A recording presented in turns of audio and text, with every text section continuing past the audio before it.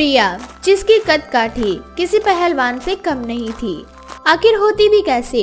प्रिया का बचपन से बस एक ही सपना था और वो था पहलवानी करने का। और वो बचपन से ही पहलवानों को अखाड़े में कुश्ती करते हुए देखा करती थी और उन्हें ही देख देख कर प्रिया पहलवानी करना भी सीख गई थी। प्रिया की इस पहलवानी से सभी गांव वाले उसे बड़ा ही प्यार करते थे। आखिर प्रिया इकलौती लड़की थी जो पूरे गांव में जो बिना कुछ कहे गांव वालों की मदद झट से कर दिया करती थी। प्रिया तो यहाँ खड़ी है, तुझे पता है कॉलेज के बाहर कुछ लड़के काजल और निमृत को छेड़ रहे हैं यार। क्या? कुछ लड़के मेरी फ्रेंड को छेड़ रहे हैं? अभी बताती हूँ उन लोगों को। लगता है वो लोग मुझे नहीं जानते। उनको तो आज मैं ऐसा सबक सिखाऊंगी कि फिर कभी किसी लड़की को नजर उठा के भी नहीं देखेंगे। प्रिया अपने दोस्तों की मदद के लिए कॉलेज पहुंच जाती है। तुम लोगों की हिम्मत कैसे हुई मेरी फ्रेंड को छेड़ने की? हाँ देख रहा है ये लड़की आई हमसे लड़ने। अरे कोई से बताओ कि कद काठी बड़ी हो जाने से कोई पहलवान नहीं बन जाता। और एक बात, तुम लड़कियां हम लड़कों के मुकाबले हमेशा कमजोर रहती हो और कमजोर ही रहोगी। तूने मुझे कमजोर बोला? रुक, मैं तुझे अभी बताती हूँ। जब मैं तुझे कपड़े की तरह धोऊंगी ना, तब तुझे पता चलेगा कि कौन कमजोर है और कौन पहलवान। इतना बोलकर प्रिया उन दोनों लड़कों की खूब पिटाई करती है और पहलवान की तरह उन दोनों लड़कों को चारों खाने चित कर देती है। दोनों लड़के प्रिया की पहलवानी देखकर डर जाते हैं और वहां से मौका मिलते ही भाग जाते हैं। ये देखकर प्रिया की दोनों दोस्त बहुत हंसती हैं। कुछ देर बाद प्रिया अपने घर जाती है, जहां वो देखती है कि कुछ लोग उसके घर आए हुए हैं। लो आ गई मेरी बेटी, यही है मेरी बेटी प्रिया। दरअसल इसे पहलवानी करने का बहुत शौक है और अक्सर ये इसी तरह से गांव में घूमती रहती है।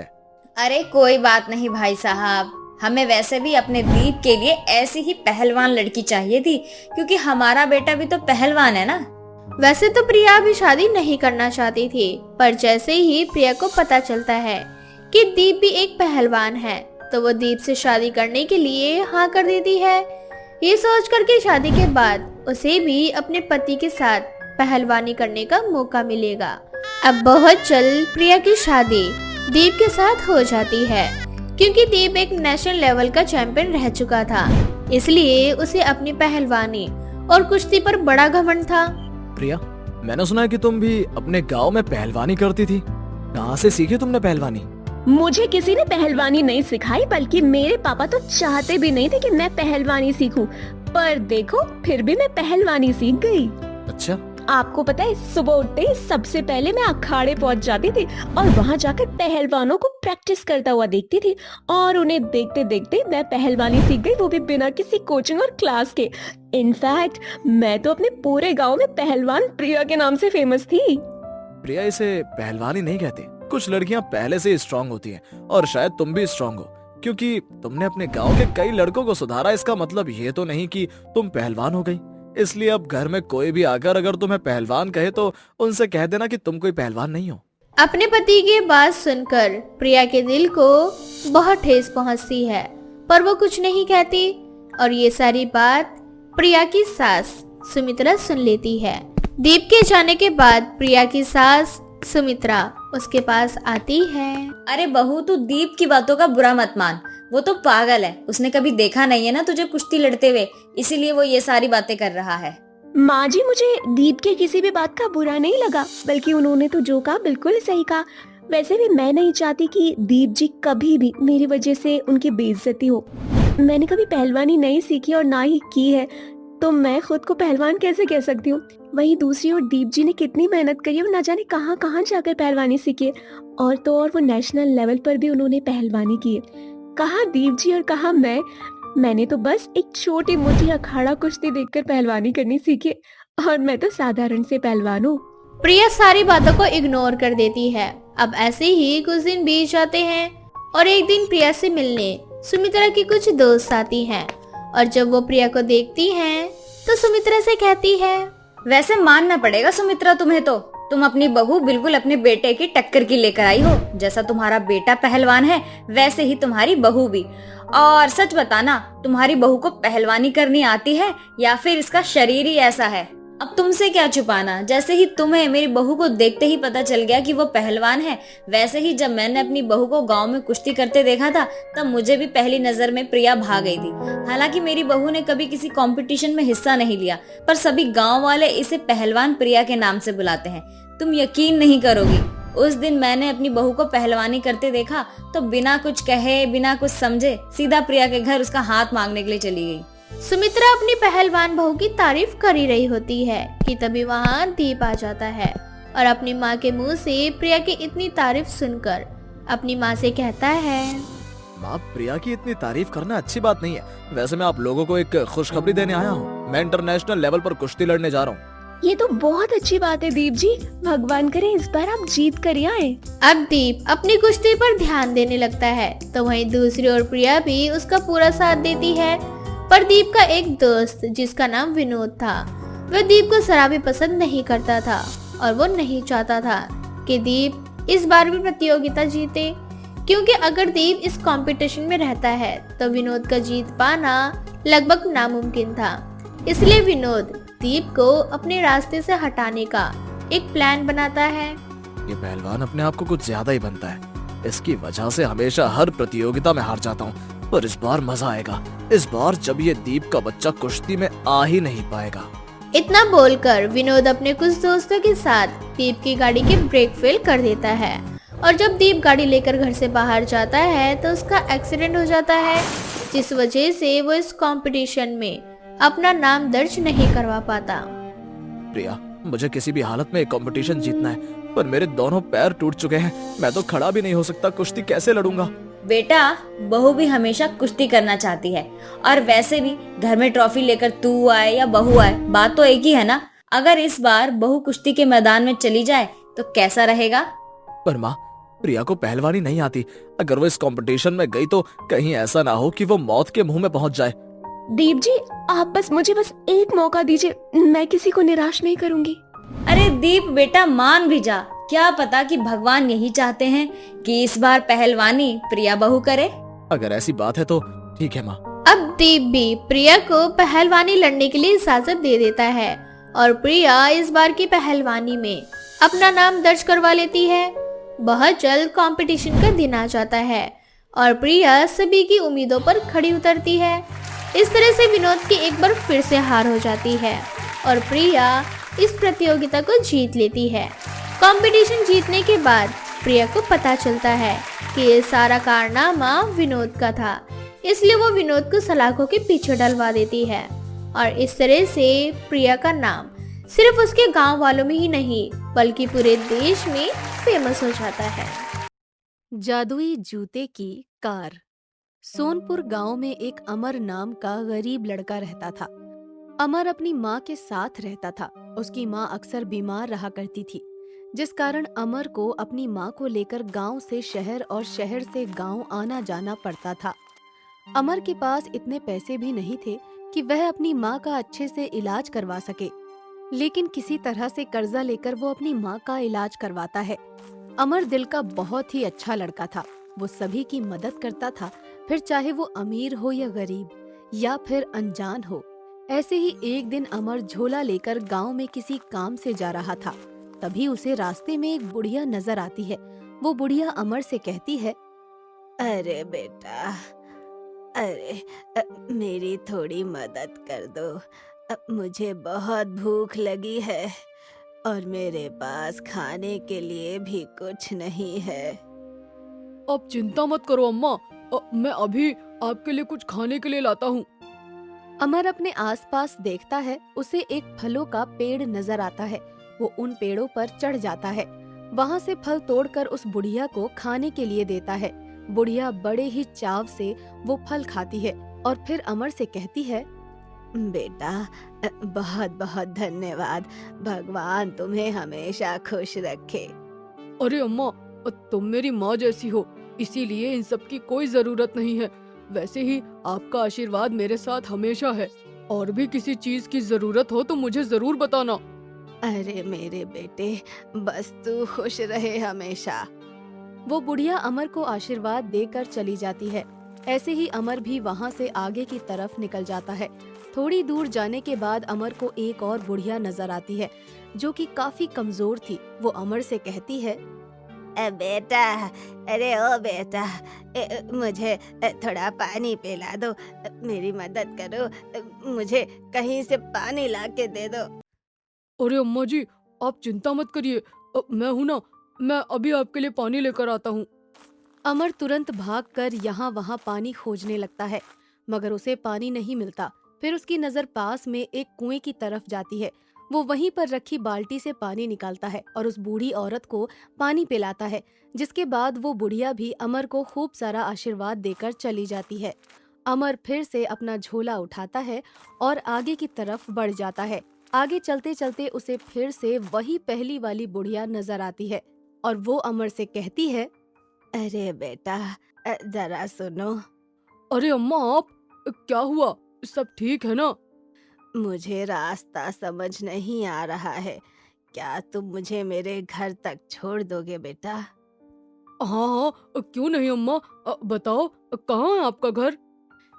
मेरे साथ चलो, मैं तुम्हें बताती हूँ। अच्छा अच्छा, ठीक है। बुढ़िया अमर को कभी यहाँ तो कभी वहाँ लेकर जा रही थी। अमर बेचारा उस बुढ़िया को बिना कुछ कहे उसके बताए अनुसार यहाँ वहाँ से लेकर हर जगह जाता है। आखिरकार अंत में अमर थक जाता है और अमर उस बूढ़ी औरत से कहता है, अम्मा, मुझे लगता है कि तुम अपने घर का रास्ता भूल चुकी हो और शाम होने को आ चुकी है। मुझे लगता है कि अब हमें घर चलना चाहिए। तुम एक काम करो, तुम आज मेरे घर पर ही रुक जाओ और यहीं आराम करो। मैं सुबह आपके घर तक आपको छोड़ दूंगा। अरे नहीं बेटा, नहीं, मुझे बहुत अच्छा लगा ये सब देखकर कि आज के समय में भी तुम जैसे लोग बैठे हैं जो कि मुझे बिना जाने पहचाने मेरी इतनी परेशानी को झेल रहे हैं। अरे अम्मा, अभी तारीफ करने का समय नहीं है, शाम हो चुकी है। अब आप घर चलो मेरे साथ। जैसे ही अमर 2 कदम आगे बढ़ता है तभी वह बूढ़ी औरत एक जादूगरनी का रूप ले लेती है। उस जादूगरनी को देखकर अमर हैरान हो जाता है। वो घबरा जाता है कि इस जंगल में ये जादुई औरत कौन है। उसके मन में कई सवाल आ रहे होते हैं कि कहीं ये कोई मायावी शक्ति तो नहीं, या फिर कहीं ये मुझे नुकसान तो नहीं पहुंचा देगी। ऐसे सवाल अमर के दिमाग में आने लगते हैं। तभी वो जादूगरनी अमर से कहती है, अमर, मैं एक जादूगरनी हूँ और मैं काफी समय से देख रही हूँ कि तुम बहुत परेशान हो। हाँ, मैं परेशान हूँ क्योंकि मेरी माँ बहुत बीमार है और मेरे पास इतने पैसे नहीं है कि मैं अपनी माँ का इलाज करवा पाऊँ, और एक शहर से दूसरे शहर जाने में बहुत सोचना पड़ता है क्योंकि मेरे पास इतने पैसे भी नहीं है कि मैं रोज का किराया लगाकर यहाँ से वहाँ आ जा सकूं। मैं बहुत परेशान हूँ। तुम परेशान मत हो, मैं यहाँ पर तुम्हारी मदद करने आई हूँ। तुमने अपनी अच्छाई से मेरा दिल जीत लिया और अच्छे लोगों के साथ हमेशा अच्छा ही होता है। अरे कुछ नहीं होता अच्छे लोगों के साथ, बल्कि अक्सर हम जैसे गरीबों के साथ ही ये सब होता है। तुम चिंता मत करो, मैं आ गई हूँ तुम्हारी जिंदगी में। अब जो दुख थे वो हमेशा हमेशा के लिए दूर हो जाएंगे। तुम मेरी मदद करोगी? मैं तुम्हें एक जादुई जूते दे रही हूँ। ये ऐसे जादुई जूते हैं जिनकी मदद से तुम अपनी सारी इच्छाओं को पूरा कर सकते हो, और जरूरत पड़ने पर ये जूते कार बन जाएंगे जिसे पहनकर तुम एक शहर से दूसरे शहर भी जा सकते हो। ऐसा सच में संभव है? तुम्हें यकीन नहीं हो रहा तो मैं तुम्हें अभी दिखाती हूँ। जादूगरनी अमर को एक जोड़ी जादुई जूते देती है और जूते की मदद से जादूगरनी अमर को उस जादुई जूते से कुछ पैसे निकाल कर दिखाती है। ये सब देखकर वो हैरान हो जाता है। तभी अमर जादूगरनी से कहता है, अरे ये तो सच में जादुई जूते हैं। हाँ हाँ, सच में जादुई जूते हैं, और इस जूते की मदद से तुम पैसा, सोना, चांदी, जो भी तुम्हें जरूरत हो वो तुम इसे बोल सकते हो, और जरूरत पड़ने पर ये तुम्हारे लिए कार का काम करेगी। और हाँ, कभी इसका गलत उपयोग मत करना, वरना इसकी जादुई शक्तियाँ हमेशा के लिए चली जाएंगी। हाँ हाँ जादूगरनी, मैं वादा करता हूँ, मैं कभी भी इसकी जादुई शक्तियों का गलत उपयोग नहीं करूँगा, बल्कि हमेशा जादुई शक्ति का सही इस्तेमाल करूँगा और आपको कभी भी निराश नहीं करूँगा। वो जादूगरनी अमर को जादुई जूते देकर वहाँ से चली जाती है। ऐसे ही समय बीतता जाता है और अमर अब उस जादुई जूते की मदद से अपने लिए एक अच्छा सा घर बनाता है और उस जादुई जूते से कुछ पैसे लेकर जादुई कार की मदद से अपने गांव से शहर जाता है और अपनी माँ को उस कार में बैठाकर शहर जाकर वो अपनी माँ का अच्छे से इलाज करवाता है, जिसके बाद उसकी माँ एकदम ठीक हो जाती है। दोनों माँ बेटे वहाँ से वापस आ जाते हैं और धीरे धीरे अमर की आर्थिक स्थिति भी पहले से बहुत ही ज्यादा अच्छी हो जाती है और वो गांव के बाकी लोगों की भी मदद किया करता है। चुड़ैल का एम्बुलेंस पर कब्जा। सोना नगर नाम के एक गांव में विनोद नाम का एक आदमी रहा करता था। विनोद की नौकरी हॉस्पिटल में अभी अभी नई ही लगी थी। विनोद का हॉस्पिटल में पहला दिन था, जहां उसका दोस्त अरब उससे बोलता है, और दोस्त, आज तेरा हॉस्पिटल में पहला दिन है, तो तुझे कैसा लग रहा है? बहुत अच्छा लग रहा है और थैंक यू, तेरी वजह से ही मुझे ये नौकरी मिली है। अरे इसमें थैंक यू बोलने वाली क्या बात है? तू तो मेरा जिगरी दोस्त है और वैसे भी हॉस्पिटल में वैकेंसी थी। नाइट शिफ्ट के लिए एम्बुलेंस चलाने के लिए ड्राइवर चाहिए था। बस मुझे तेरी याद आई और मैंने फटाफट तेरे लिए इस नौकरी की बात कर ली और ये नौकरी तुझे दिलवा दी। दोनों बात कर ही रहे होते हैं कि तभी विनोद के पास एक फोन आता है। विनोद, मैं तुम्हें लोकेशन और पेशेंट का नाम सेंड कर रहा हूँ। जल्दी से जाकर तुम्हें एक पेशेंट को हॉस्पिटल लेकर आना है और पेशेंट की हालत बहुत ज्यादा क्रिटिकल है। जी डॉक्टर। इतना बोलकर विनोद फोन रख देता है और अपने दोस्त अरब से बोलता है, अच्छा दोस्त, मैं चलता हूँ। आज मेरे काम का पहला दिन है। मैं नहीं चाहता कि मुझसे कोई भूल चूक हो। हाँ हाँ विनोद, बिल्कुल, तू आराम से जा। आज सुन, अगर तुझे कोई भी प्रॉब्लम हो तो मुझे तुरंत फोन कर देना, ठीक है मेरे दोस्त? ठीक है भाई। तभी विनोद के फोन पर लोकेशन और पेशेंट का नाम आ जाता है, जिसके बाद में विनोद एम्बुलेंस लेकर निकल जाता है। क्योंकि आज विनोद का पहला ही दिन होता है, इसलिए उसे रास्ते के बारे में कुछ खास जानकारी नहीं होती और वे रात के समय में गूगल पर लोकेशन ऑन करके निकल पड़ता है। विनोद थोड़ी ही दूर आके जाता है कि उसको अचानक से सर्दी लगने लगती है और वे खुद से बोलता है, ये अचानक इतनी सर्दी कैसे होने लगी और रोड पर इतना कोहरा कैसे हो रहा है? मुझे बहुत लेट हो रहा है। एक बार मैं पेशेंट के पास फोन करके उन्हें बता देता हूँ कि मैं बस 10 मिनट में ही पहुँचने वाला हूँ। इतना बोलकर विनोद पेशेंट को फोन करता है, परंतु उसकी पेशेंट के घर में किसी से बात नहीं हो पाती, जिसके बाद विनोद खुद से बोलता है, लगता है पेशेंट के घर में बहुत ही क्रिटिकल माहौल चल रहा है। मुझे जल्द से जल्द पेशेंट तक पहुँचना होगा। इतना बोलकर विनोद अपने एम्बुलेंस की स्पीड बढ़ा देता है। तभी विनोद देखता है कि जिस लोकेशन पर वो जा रहा है, अब वह लोकेशन वहाँ से 150 किलोमीटर की दूरी पर है। ये देखकर विनोद को कुछ समझ नहीं आता और वे परेशान होने लगता है। तभी वह देखता है कि सुनसान रास्ते पर एक औरत अपनी बेटी के साथ उसे हाथ दिखा रही है और एम्बुलेंस रोकने को कह रही है। विनोद उसकी ओर तेजी से बढ़ता है। तभी उसको एहसास होता है कि उसकी गाड़ी के नीचे कोई आ गया है। विनोद बहुत ज्यादा डर जाता है और वे गाड़ी से उतरकर गाड़ी के नीचे देखता है, पर उसे कोई नजर नहीं आता। विनोद जल्दी से खड़ा होता है और उन दोनों माँ बेटी की ओर देखता है, परंतु वह देखता है कि जो लोग उसे हाथ दिखाकर एम्बुलेंस रोकने की कोशिश कर रहे थे, वे दोनों माँ बेटी भी अब वहाँ नहीं है। ये देखकर विनोद और ज्यादा घबरा जाता है और मन ही मन खुद से बोलता है, ये सब क्या हो रहा है मेरे साथ? कहीं ये किसी साय का काम तो नहीं? मुझे यहाँ से जल्दी निकलना होगा। इतना बोलकर विनोद एम्बुलेंस की ओर जाता है। तभी वह देखता है कि उसने जिस माँ बेटी को बाहर सुनसान रोड पर देखा था, वे दोनों एम्बुलेंस के अंदर हैं। ये नजारा देखकर विनोद के पैरों तले जमीन खिसक जाती है। अब विनोद अपनी जान बचाने के लिए वहाँ से जंगल की ओर भागने लगता है और भागते हुए अपने दोस्त आरव को फोन करता है। आरव, मैं बहुत बड़ी मुसीबत में फंस चुका हूँ। मेरे पास जो कॉल आया था वे डॉक्टर या किसी पेशेंट का नहीं था, वह कॉल एक आत्मा का था और उसने मेरे एम्बुलेंस पर कब्जा कर लिया है। मुझे लगता है वे दोनों आत्माएं मुझे मार डालेंगी। नहीं विनोद, तुझे कुछ नहीं होगा। तू हिम्मत मत हार, तू बस इसी तरह से मुझसे बात करता रहे। मैं तेरी मदद करने के लिए वहाँ आ भी रहा हूँ। प्लीज तू फोन मत रखना मेरे दोस्त। दोस्त, मेरे पास अब ज्यादा समय नहीं है। वे दोनों भूत और वे दोनों आत्मा मिलकर मेरी जान ले लेंगी। तू हिम्मत रख। विनोद अपने दोस्त को ये सारी बात बता रहा होता है कि तभी पीछे से उसके सर पर कोई हमला कर देता है और उसकी मृत्यु हो जाती है। और अब आरव जल्दी से अपने दोस्त की लोकेशन को ट्रैक करता है और पुलिस के साथ वहाँ पहुँच जाता है, पर वह देखता है कि वहाँ ना तो एम्बुलेंस है ना ही उसका दोस्त। वह थोड़ी दूर जंगल के अंदर जाता है जहाँ उसे विनोद की लाश मिलती है, जिसके बाद पुलिस तहकीकात करती है और कुछ लोगों से पूछताछ करने पर पुलिस को पता चलता है।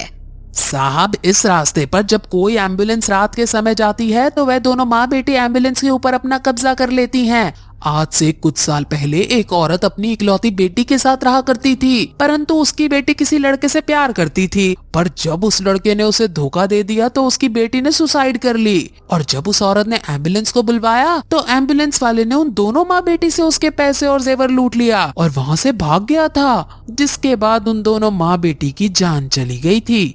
बस तब से वे दोनों माँ बेटी एम्बुलेंस पर अपना कब्जा कर लेती हैं। तो ये बात है। अब हमें रास्ते पर रात के समय नाकाबंदी करनी पड़ेगी, नहीं तो पता नहीं और कितने एम्बुलेंस वालों को रात के समय अपनी जान गंवानी पड़ेगी और वह दोनों आत्मा एम्बुलेंस पर अपना कब्जा कर लेंगी। ये सच पता चलने के बाद पुलिस उस रास्ते पर रात के समय नाकाबंदी कर देती है ताकि आगे और किसी की भी विनोद की तरह जान ना जाए।